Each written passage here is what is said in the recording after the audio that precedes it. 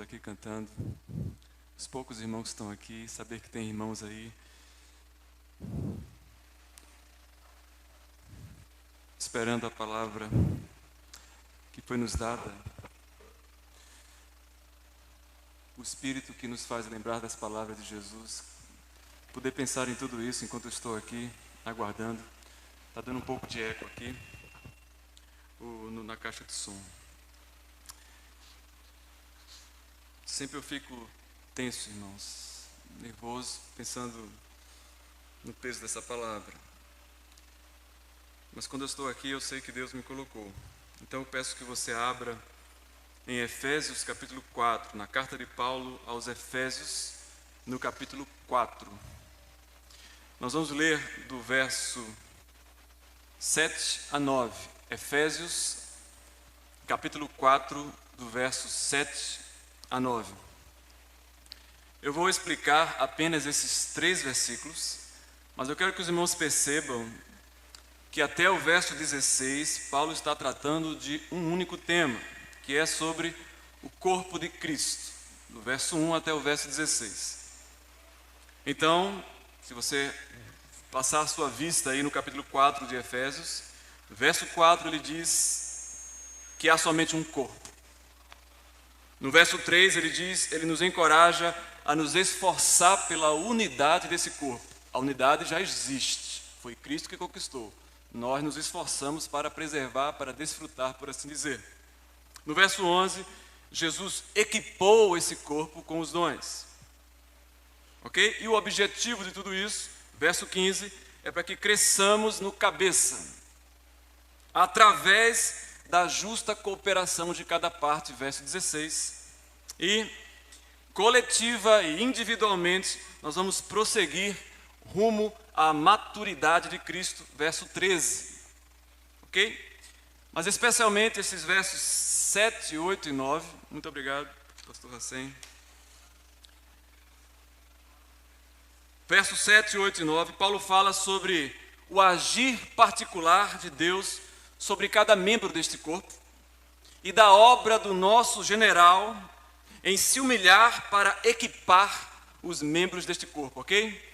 O agir particular e a obra do nosso general em se humilhar para equipar este corpo. Então acompanhe comigo, por favor, a leitura dos versos 7, 8 e 9. E a graça foi concedida, talvez na sua versão corrigida diz, mas a graça, está certo também, como eu vou explicar. E a graça nos foi concedida a cada um de nós, segundo a proporção do dom de Cristo. Talvez na sua Bíblia tenha segundo a medida do dom de Cristo. Por isso, e aqui Paulo vai citar a Escritura, o Salmo 68. Por isso diz a Escritura no Salmo 68. Quando ele subiu às alturas, levou cativo o cativeiro e concedeu dons aos homens. Ora, que quer dizer subiu, senão que também havia descido até as regiões inferiores da terra. Amém? Até aqui a palavra do Senhor. Que o Espírito Santo nos ilumine e aplique a sua palavra em nossos corações. Em nome de Jesus. Você já pensou se possui algum dom especial? Alguma habilidade especial? Alguém já disse que você tinha alguma habilidade especial?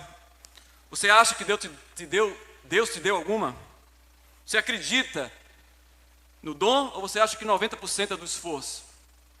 Bom, com a internet, cada dia mais, as pessoas acreditam que basta ter um celular na mão que a qualquer momento elas podem ficar famosas, podem viralizar. A fama vai bater a porta a qualquer momento. Basta fazer o marketing, o vídeo correto, o marketing digital, como se diz. Ok?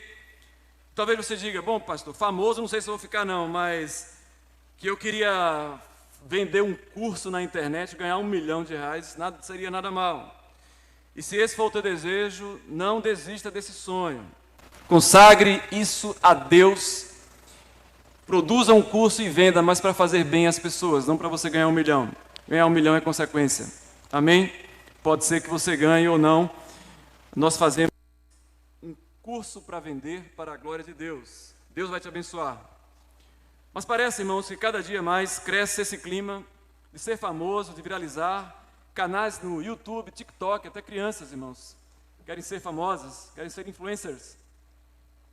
Né? Tem uma menina que minha filha segue, ela tem 10 milhões de crianças seguindo a menina, irmãos.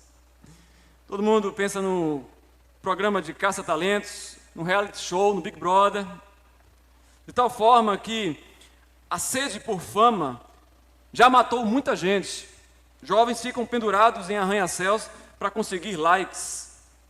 Recentemente, um jovem na China aceitou o desafio e ficou pendurado no arranha-céus de 62 andares. E ele não resistiu. Mesmo sendo treinado, ele caiu e foi filmada a própria morte dele. Ele filmou a própria morte, os segundos finais do seu desespero, tentando subir sem conseguir. E ele fez isso para ganhar like. Ele tinha 60 mil seguidores e prometeram para ele $15 mil se ele conseguisse ficar 1 minuto pendurado lá.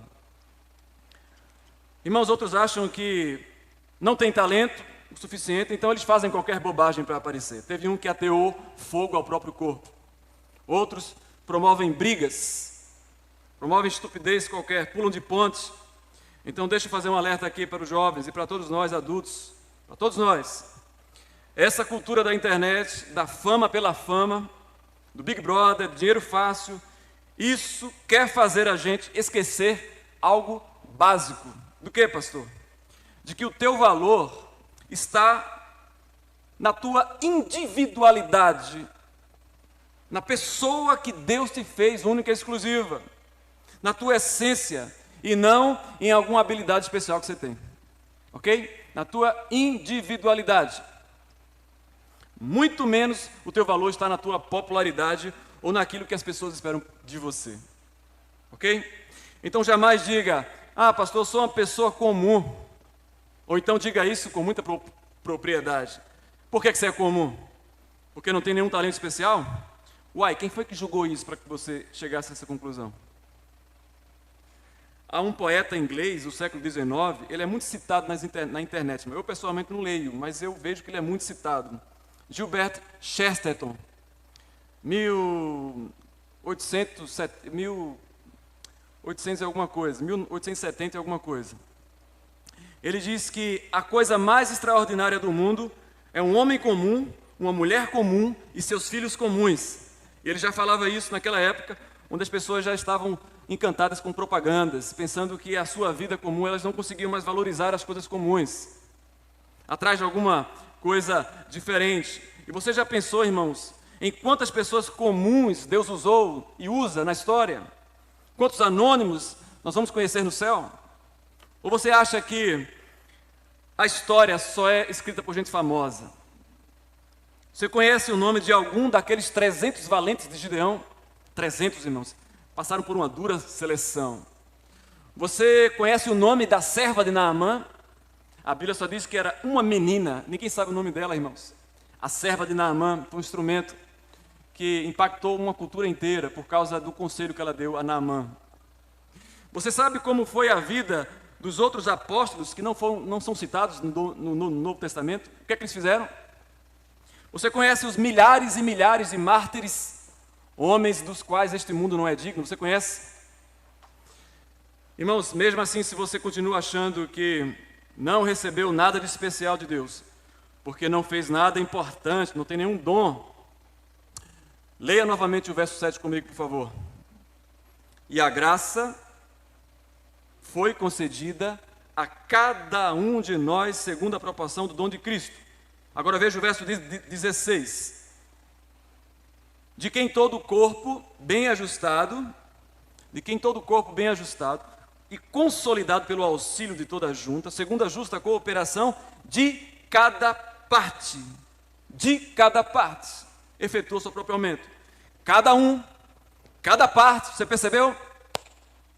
O negócio de Deus, irmãos, com a gente é individual. Glória a Deus. Deus não é um caça-talentos. Ele não está procurando um que se destaca. Ele não mede a nossa produtividade, nossos valores, mediante nossos talentos. Ele não soprou o fôlego e disse, agora é com vocês, se virem. Cada um tenta viver e se destacar e ter a melhor vida que puder. Ele não fez isso, irmãos. Ele concedeu a cada um. A coisa é planejada e individualizada. Louvado seja o Senhor. O negócio de Deus é individual. E lembre-se que quando você for prestar contas ao teu Criador, você vai estar sozinho. Pode ter até pessoas com você ali, mas ninguém vai tirar você desse palco da tua consciência entre você e o teu Criador. É você e Deus, a criatura se encontrando com o Criador. Hoje, a gente se importa com o que vão pensar da gente. Vão pensar que eu sou bobo, que eu sou fraco, que eu não posso. Mas naquele dia, que você sabe que vai se encontrar com o seu Criador, às vezes a gente tem essa oportunidade de esperar por esse dia. Você não vai se importar com isso. Eu imagino o que se passou na cabeça daquele jovem que ficou pendurado num arranha-céu de 62 andares, lutando pela sua vida. O que é que se passou nos segundos finais da mente daquele jovem?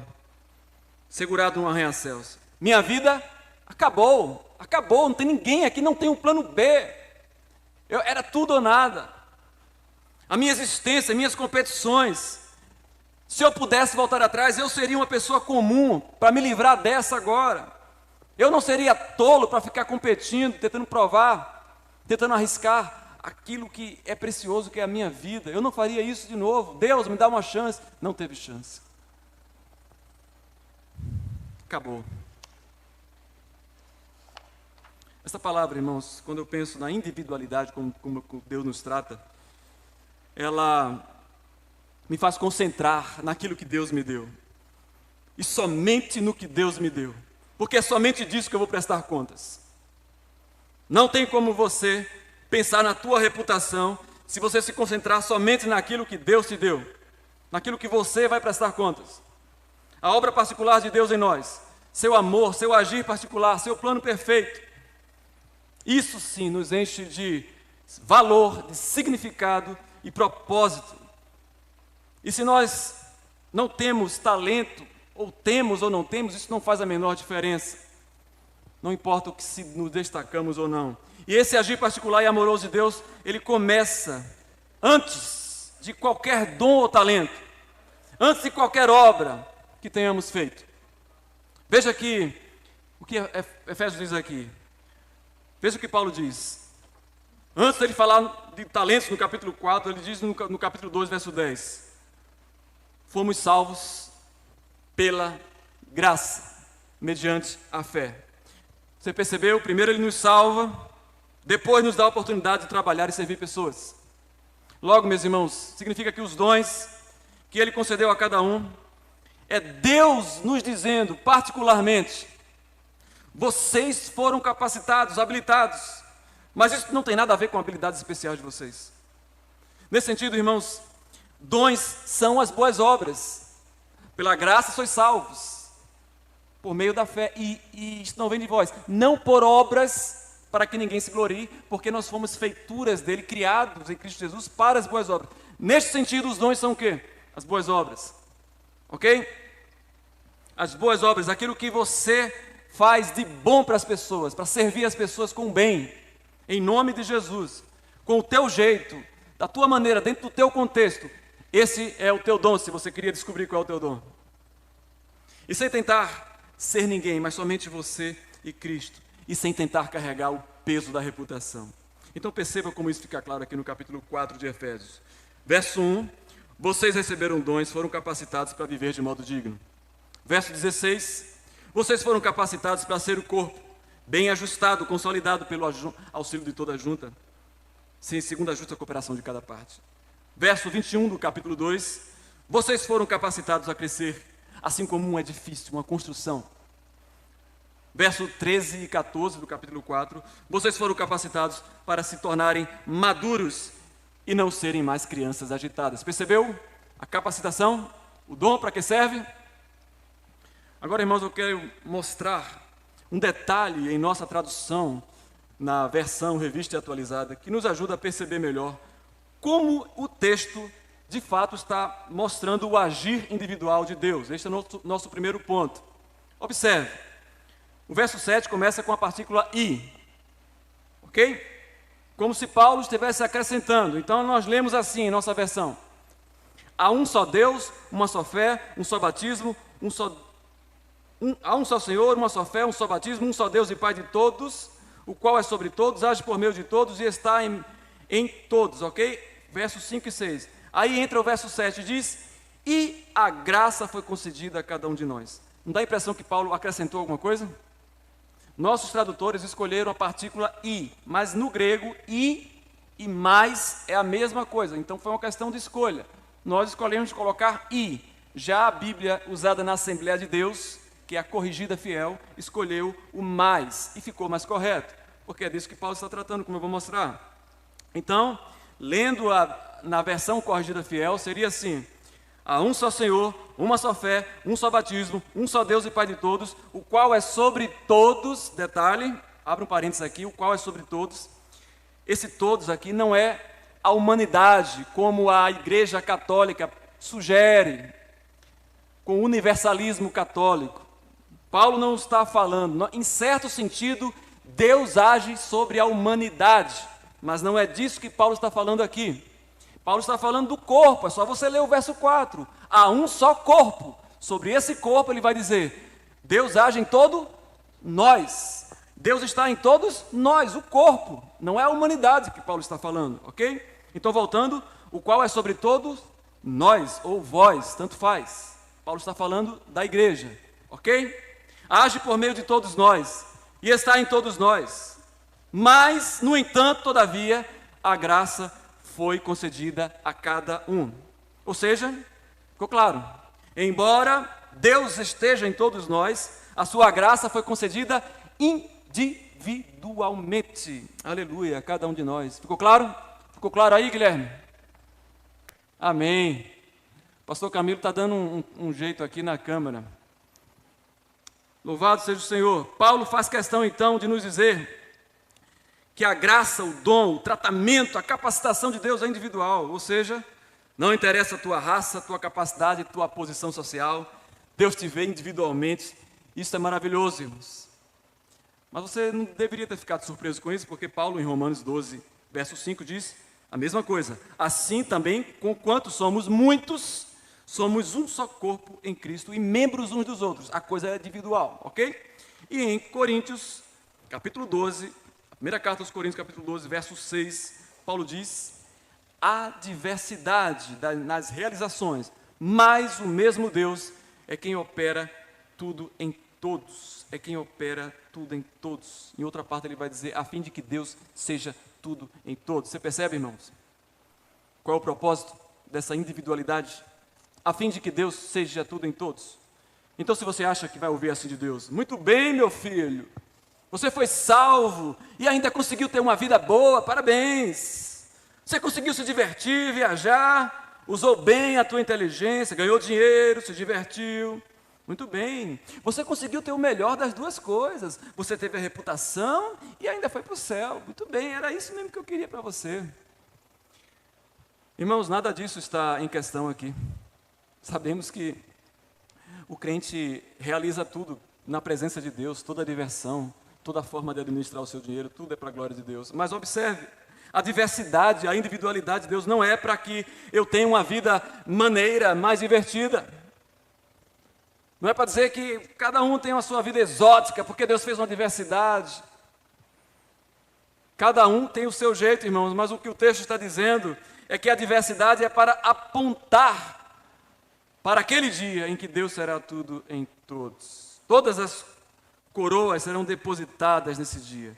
E nós vamos descobrir quem foram os últimos aqui, que nós colocamos nos últimos lugares, que vão estar nos primeiros lá. Naquele dia, vamos descobrir quem foram os homens dos quais o mundo não era digno.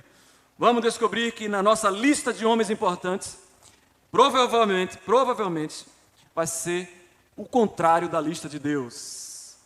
Vamos descobrir que o empresário que gerou milhares de empregos, não necessariamente ele foi mais fiel e importante do que a enfermeira Dona Maria, que trabalhou no hospital lá no interior, não sei das quantas, e que cuidou da escara de um doente terminal. Mas ela cuidou com todo amor, como se estivesse cuidando do seu próprio pai. Ela foi importante para aquele homem, para aquela família. Nós vamos descobrir se o trabalho da Dona Maria foi mais importante do que o empresário ou não. Vamos descobrir. E é maravilhoso, irmãos, pensarmos nesse agir particular de Deus. E é muito importante pensarmos isso. Como eu disse, é maravilhoso. É importante lembrar que eu vou responder individualmente. Cada um dará conta de si mesmo a Deus, Paulo diz. Então, para o mundo, isto é um pavor. Dar conta a Deus, para o mundo é um pavor. Para nós, é maravilhoso. É importante nos lembrar, me perdoe, é maravilhoso saber que Deus olhou para você individualmente. E Ele sabe o teu número, a tua medida. Você não escolheu quase nada na sua vida, já pensou nisso? Você não escolheu a cor da tua pele, a tua altura. Você não escolheu os pais que você tem, o local que você nasceu. Você não escolheu a tua personalidade, o teu jeito, as tuas limitações. Então que usemos tudo para a glória do Senhor. Pastor, mas eu acho que Deus me deu tão pouco, pastor. O senhor está lendo aí que Deus repartiu a cada um segundo a graça. Mas eu acho que Ele me deu tão pouco. Isso nos leva para o nosso segundo ponto. O primeiro ponto que nós falamos aqui é o agir de Deus é individual. Eu espero que tenha ficado claro isso. O segundo ponto é a sua medida, que Ele repartiu a cada um de nós. Esta medida é abundante. Você acha que Deus te deu pouco? Acha? Leia comigo novamente, por favor, o verso 7. E a graça foi concedida a cada um de nós, segundo a proporção do dom de Cristo. Em outras palavras, a palavra proporção é traduzida por medida. A palavra grega que Paulo usou é metron, de onde vem a palavra metro. Medida, padrão. Deus usou uma medida para nos dar coisas. Não foi a medida que o homem usa na feira. Isso aí eu tenho certeza que não foi. Foi outra medida. Uma medida gigantesca. Uma medida que Ele usa para medir a herança do próprio Filho. A medida do dom de Cristo. Quando Deus foi nos repartir, Ele usou medidas. A proporção é de acordo com a medida de Cristo. Observe.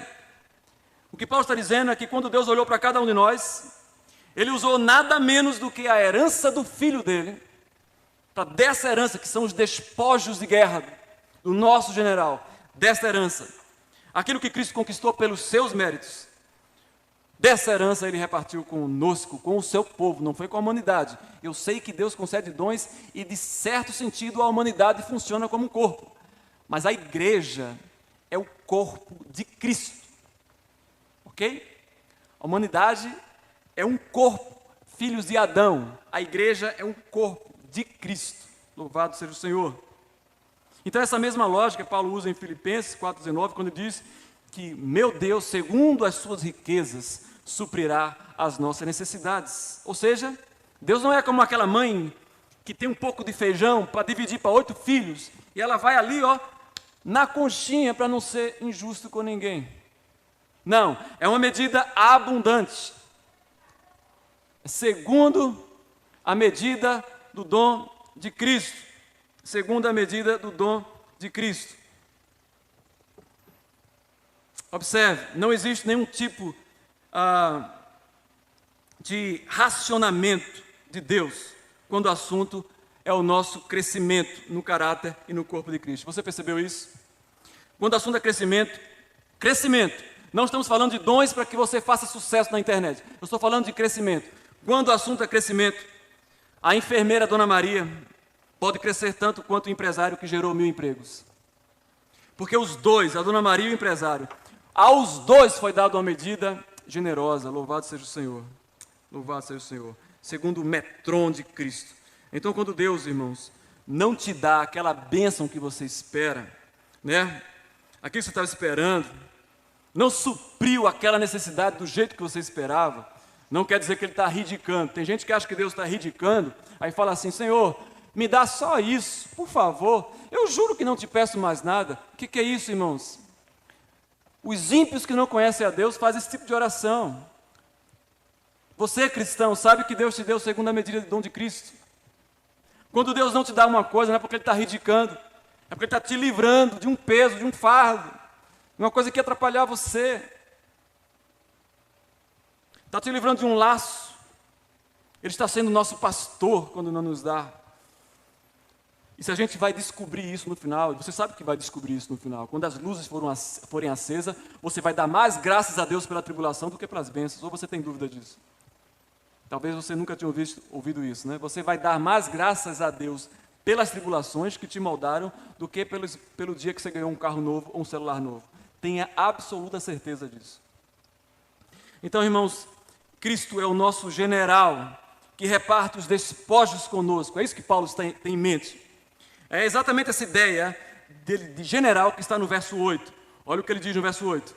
Acompanhe comigo. Quando ele diz, subiu às alturas, levou cativo o cativeiro e concedeu dons aos homens. Veja que coisa linda, irmãos, está acontecendo aqui. Paulo está citando o Salmo 68. Agora leia comigo, por favor, o Salmo 68, verso 18. Lá diz o quê em nossa versão? Subiste às alturas, levaste cativo o cativeiro e recebeste. O verbo que o Salmo usa é recebeste homens por dádiva. Mas quando Paulo vai citar este salmo nas cartas, ele não usa o verbo recebeste. Ele diz, subiu às alturas, levou cativo o cativeiro e concedestes dons aos homens. Espera aí, pastor. Cristo recebeu homens por dádiva ou Cristo concedeu dádivas a homens, dons a homens? E aí? Concedeu ou recebeu? Irmãos, é claro que Paulo conhece bem o Salmo 68, verso 18. Conhece muito bem. Ele sabe que está escrito lá, recebestes. O que Paulo está fazendo, por isso que eu acho lindo, irmãos, é pela inspiração do Espírito Santo. Pela inspiração do Espírito Santo. Eu estou um pouco desconcentrado aqui. Cuidado aí, por favor. Quando ele usa a palavra recebeste, ele sabe que lá está escrito recebestes. O que acontece, irmãos, é que ele está aplicando a palavra, ele não está citando o salmo. Ele está aplicando, trazendo luz para o salmista que estava na sombra. O salmista pensou em o Messias recebendo. Paulo entendeu que o ato de receber é o ato do general que depois que recebe, reparte. Paulo já está aplicando, já está jogando luz. Louvado seja o Senhor. Conceder dons, está implícito o ato de receber. O nosso general, individualmente e abundantemente, nos concedeu dons. É isso que Paulo está dizendo. Aleluia. E por último, você vai perguntar assim para mim, mas pastor, o que tudo isso custou para nós? O senhor está falando de coisas tão grandes, e o que é que eu fiz para merecer isso? Essa pergunta leva a gente para o terceiro ponto, e o último ponto que está no verso 9.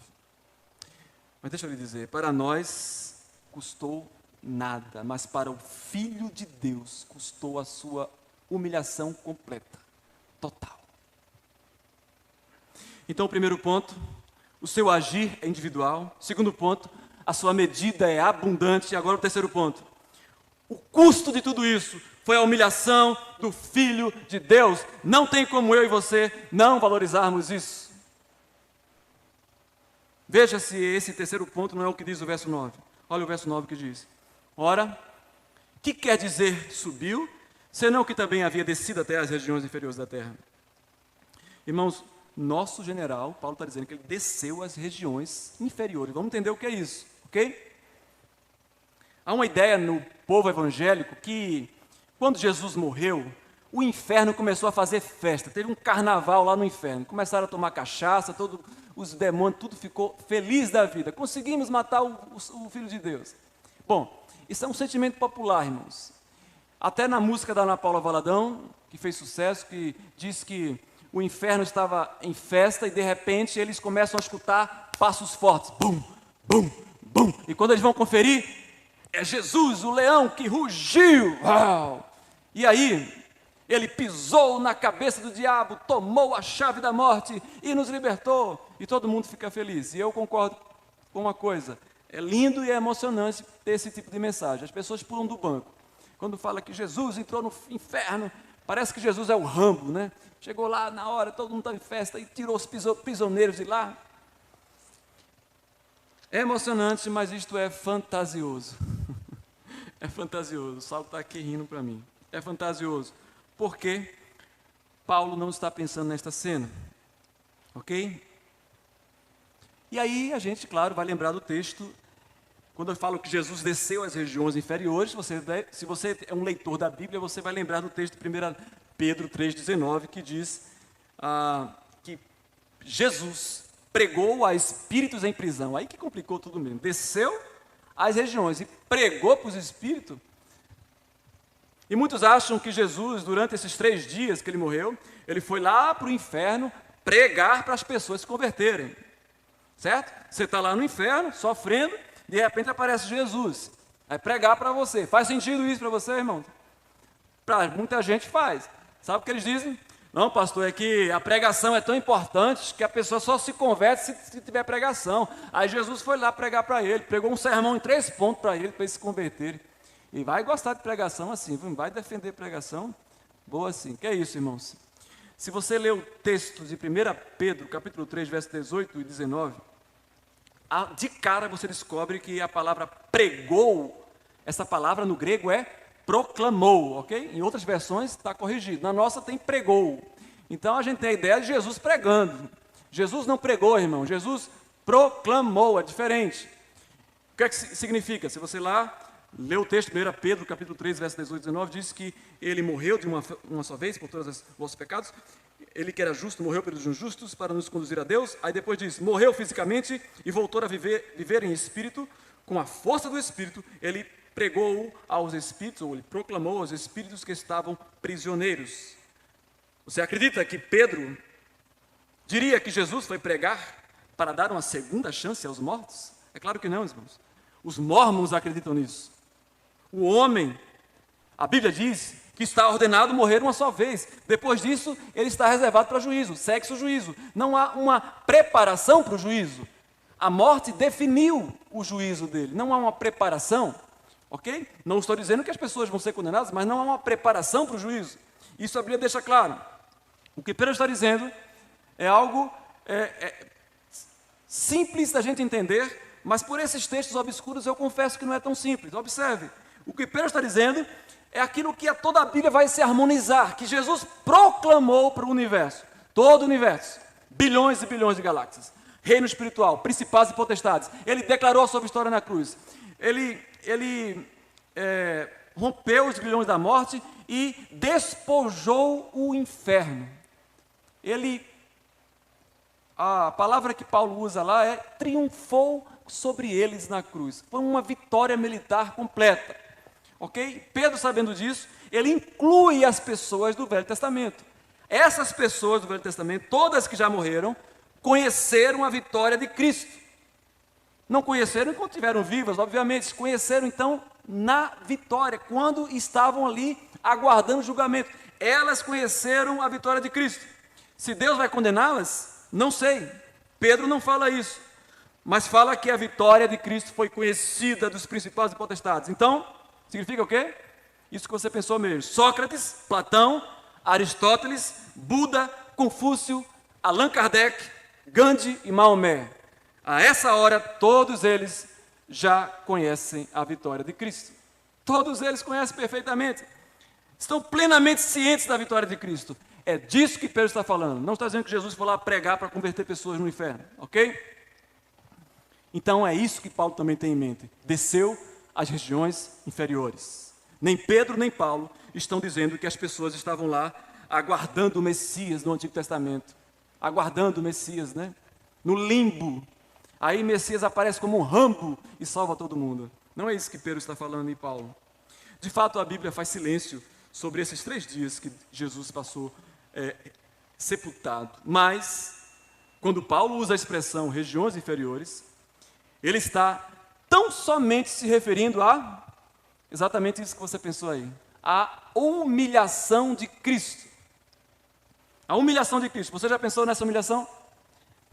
Ou você olha para Jesus como as pessoas durante a Páscoa e dizem assim, tadinho de Jesus, levou chicotada, bichinho. Você já pensou no que é ser um ser perfeito, eterno, que habita em luz inacessível, em plena comunhão com o Pai. Esse ser, o Filho amado, gerado no seio do Pai, ter deixado sua glória e se tornado um de nós, para ser desonrado, açoitado e tratado como um pecador. Você acha que isso é pouca coisa? Irmãos, Paulo vivia espantado com isso. A gente não se espanta muito.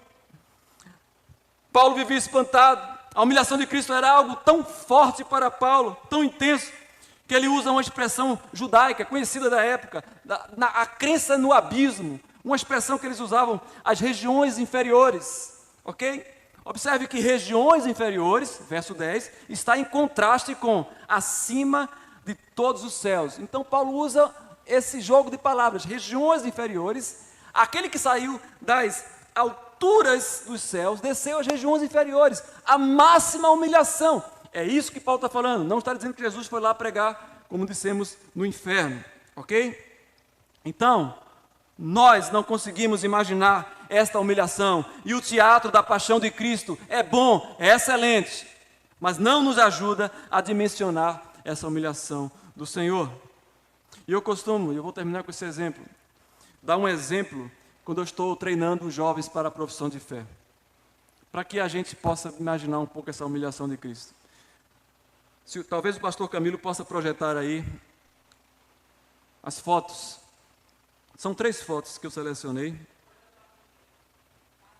A foto, ou as 3 fotos, de uma das casas mais luxuosas do mundo. Até 2017 era a primeira, não sei se agora tem outra. Eu sei que está entre as mais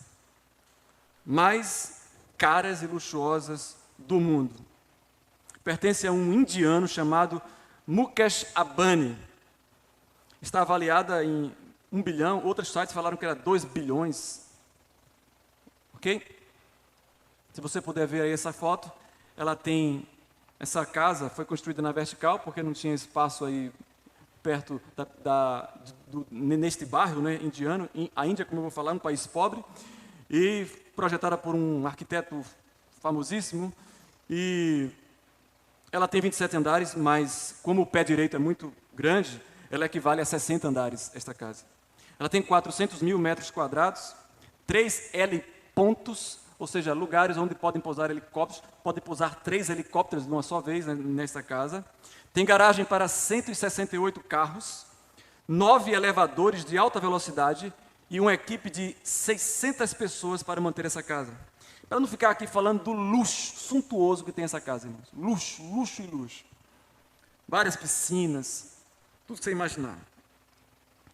Mas toda esta riqueza, impressionante, está num país pobre, um dos países com maiores desigualdade social do mundo, que é a Índia. Está num país extremamente pobre, cheio de favelas. Agora eu quero que você pense comigo por alguns segundos. Imagine que este bilionário, o Mukesh Ambani, tendo acabado de construir essa casa, chegasse para sua esposa, suas filhas, sua família, falasse assim: é o seguinte, família, vocês vão ficar aqui morando, e eu, a partir de hoje, vou morar na favela da Índia, na pior favela, na pior casa. Eu vou dormir no quarto mais quente e apertado que tiver. Eu vou comer a pior comida, a pior qualidade. Eu vou dormir mal, mas eu vou viver entre aquelas pessoas. Eu vou viver como eles. E aí a filha ia falar para o pai: mas pai, o senhor é uma pessoa muito importante, pai. Vai desperdiçar tudo isso. O senhor trabalhou, o senhor merece. Não, filhinha, você não entendeu o que eu disse. Eu vou abrir mão de todo o conforto. E principalmente eu vou abrir mão de estar na comunhão com vocês. Porque eu, a partir de hoje, vou morar com o meu povo, com aquele povo ali. Irmãos, o que aconteceria, irmãos? Essa situação hipotética. De repente, toda a mídia, começaria da Índia, toda a mídia começaria a divulgar: empresário deixa mansão luxuosa e vai morar na favela da Índia. Irmãos, qual a pergunta que todos os jornais iriam querer fazer, e a pergunta que estaria na mente de todas as pessoas? É essa que está na sua mente aí. A pergunta é, fala aí, Guilherme: por quê? Por que Alguém faria isso, pelo amor de Deus? Pois, irmãos, se isso viesse a acontecer, mesmo que esse bilionário fizesse isso seria apenas uma sombra pálida da humilhação do nosso Senhor Jesus. Uma sombra pálida. Cristo não deixou casas luxuosas com elevadores rápidos.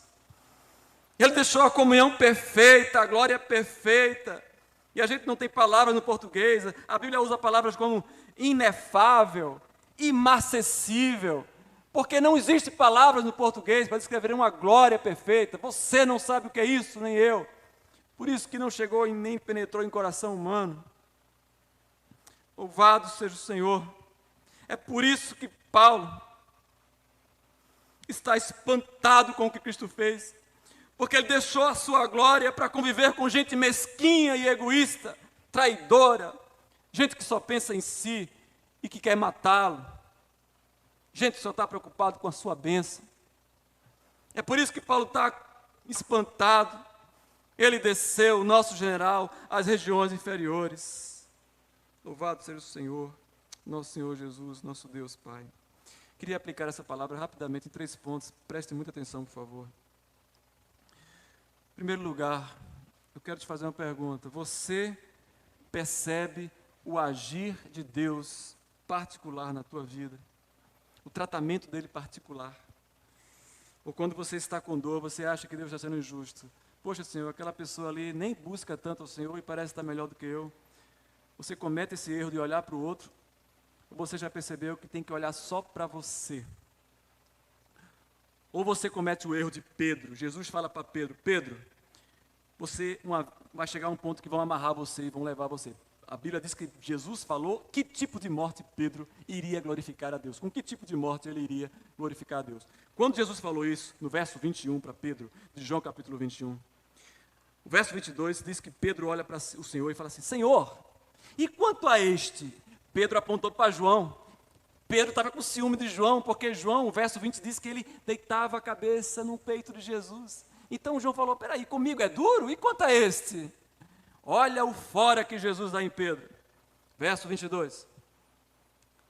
Jesus respondeu, se eu quero que ele permaneça até que eu venha, o que te importa, Pedro? Quanto a ti, segue-me. E a gente sabe que Pedro morreu executado, crucificado de cabeça para baixo, pela história. Jesus está dizendo para Pedro, para mim e para você, desça João comigo, Pedro, eu me resolvo com ele. Eu tenho um carinho particular, um caminho particular para cada um. Eu trato com cada um. Ele está tratando com o teu marido, em particular. Você acha que não? Não, pastor, meu marido só faz beber. Deus não deve estar tratando com ele, não. Está tratando sim. Deus está tratando com todo mundo. Ah, Senhor, muda meu marido. Ele é tão difícil. Eu queria saber quem foi que falou que você é fácil. Se alguém te falou isso, mentiu para você. Você não é fácil também. Que tal você orar assim, Senhor, muda a mim, para que eu seja uma bênção, sal e luz na vida do meu marido. Muda a mim, Senhor. Uma irmã me perguntou essa semana, pastor, eu não aguento ver a minha sobrinha. Eu não aguento ver a minha sobrinha falar umas coisas, eu quero mudar ela. Não, você não vai mudar ela, não. É tão simples, né, irmão? Se nem Deus mudou, é você que vai mudar. A gente tem essa tola pretensão. Eu quero botar umas coisas na cabeça dela. Não, você não vai, você só vai causar raiva a ela. Você tem que amá-la. Amém? Porque Deus tem um agir particular com cada um. Com cada um. Eu fiquei muito triste, irmãos, quando a menina que eu batizei lá em Abadiânia, ela se desviou completamente. E ela passou a ter indiferença e desprezo por tudo aquilo que eu falo. É muito triste, mas eu não tenho dúvida que Deus está guiando os seus passos. Ela precisa passar pelos estágios que precisa. Ela precisa abraçar as ideologias que ela precisa abraçar.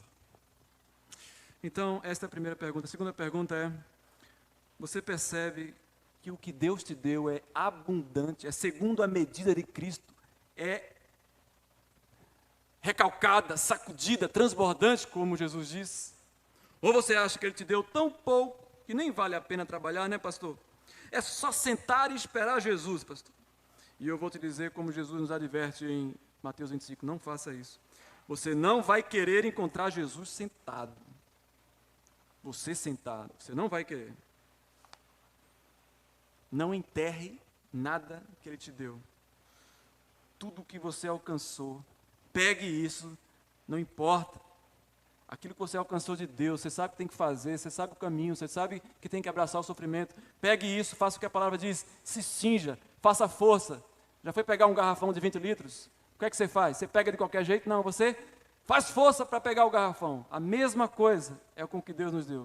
Cingindo o vosso entendimento, cingivos de humildade, sempre cingidos para fazer uma força. Se cinja e vá para cima. Saia da esfera de conforto e transforme a esfera de desconforto no teu estilo de vida. Qual é o estilo de vida, pastor? O estilo de vida é desconforto. Aí Deus vai cuidar do teu conforto. Mas se você fizer assim, pronto, já fiz demais, tá bom, Senhor? Agora eu vou para o meu conforto. Não faça isso. Deixa que Deus vai te guiar. Abrace tudo com a esfera do desconforto. É claro que Deus vai te dar alegria, momentos de descontração, alegria, paz, que excede todo entendimento. Mas você e eu somos como servos inúteis, que trabalhamos o dia todo, chegamos em casa, ainda oferecemos uma janta para o nosso Senhor, e fazemos isso com toda alegria. E quando acabamos de servir a janta, nos colocamos no nosso lugar. E se o Senhor nos perguntar, e aí, eu te devo algum favor especial, porque você trabalhou no campo e preparou uma janta para mim? E a gente fala assim, o Senhor não me deve nada, nada. Ele não nos deve nada, irmãos, porque na verdade já nos deu tudo. Louvado seja o Senhor. Louvado seja o Senhor. E por último, você percebeu ou percebe melhor a partir de hoje, desta pregação, a humilhação do teu Senhor? Você conseguiu enxergar melhor a humilhação do teu Senhor? O mundo não consegue enxergar isso. O mundo tem dó de Jesus.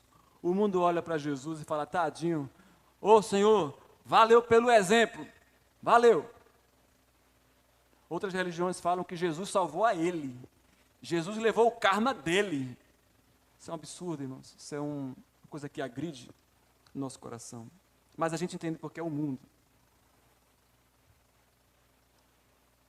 Mas e você, cristão? Quanto a você, cristão? Você foi chamado para perceber a humilhação do teu Senhor. Se você percebe a humilhação do teu Senhor, a palavra de Deus te faz uma pergunta. Você vai colocar dificuldade agora para fazer as coisas? Você vai se ver vítima agora? Ah, mas para mim é mais difícil, parece que todo mundo é mais fácil. Você vai pensar assim ainda? Você vai levar a tua cruz reclamando? Você teve a honra de participar dessa humilhação, levando a tua cruz, você vai reclamar? Você viu que o teu Senhor deixou a glória por amor, e você? Você deixa o teu conforto para servir, para trabalhar, para ralar, para dar duro, por amor? Ou você precisa das recompensas mundanas para te motivar? Ah, pastor, uma motivaçãozinha é boa, né? Você precisa disso, irmãos? Você precisa dos aplausos, do reconhecimento, das garantias mundanas para dar o teu melhor? Não, irmãos, nós não precisamos de nada, nós só precisamos do nosso general. Louvado seja o Senhor. Obrigado, Pai, pela Tua palavra. Tua palavra, como o salmista diz, Pai, toda perfeição tem seu limite, mas a Tua palavra é ilimitada. Obrigado, Senhor.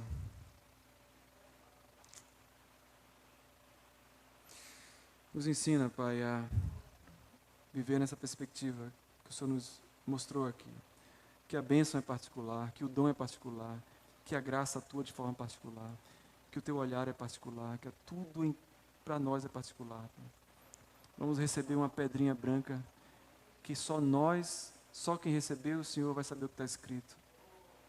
Obrigado, Pai. Obrigado porque a tua medida foi abundante sobre nós, porque o Senhor não economizou. O Senhor não poupou o teu próprio filho. Também o Senhor não economizou na hora de nos dar.